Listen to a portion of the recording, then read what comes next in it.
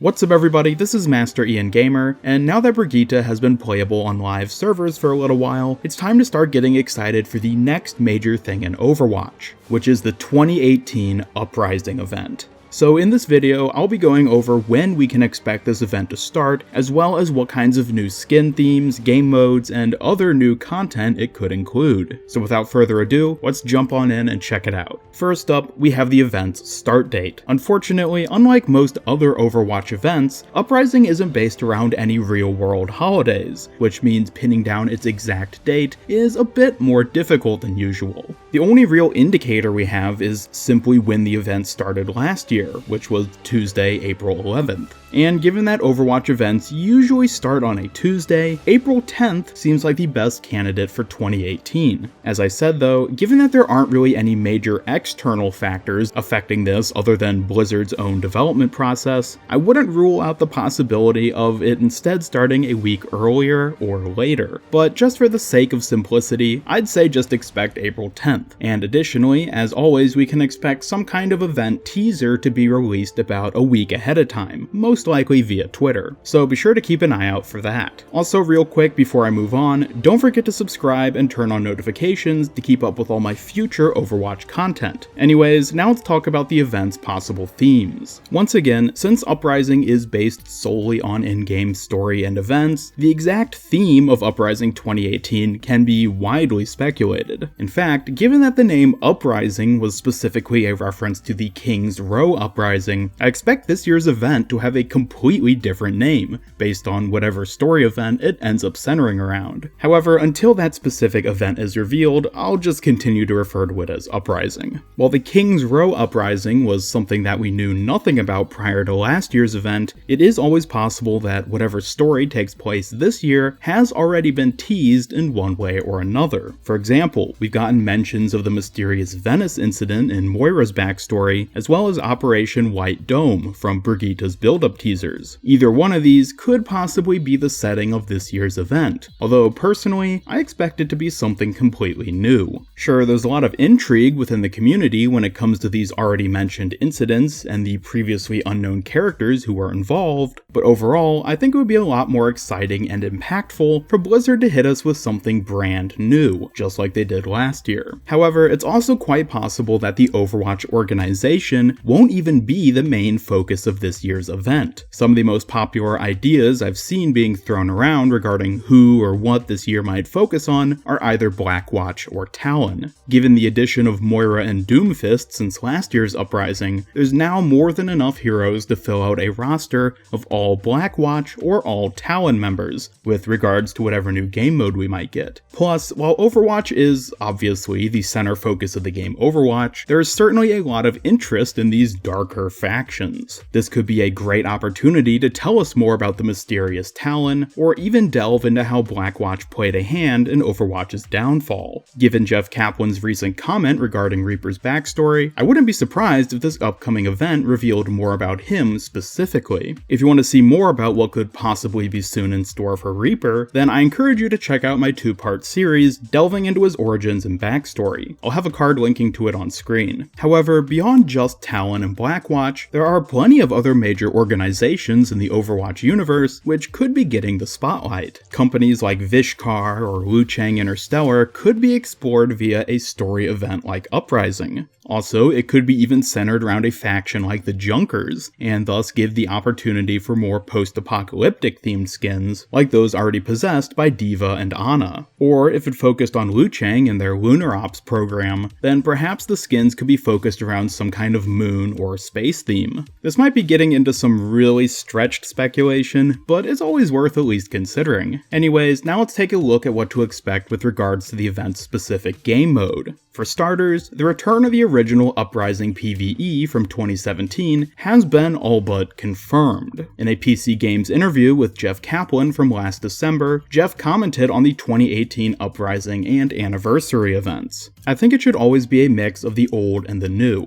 Even if we were to do some new stuff, there's a lot of players who never got to experience the original Uprising content, so we need to bring that back for them as well. In addition to this, there are even voice lines for Doomfist and Moira, who weren't around last time, communicating the names of the different Null Sector units. Eradicator eliminated. Null Trooper down. Null Trooper eliminated. OR-14 destroyed.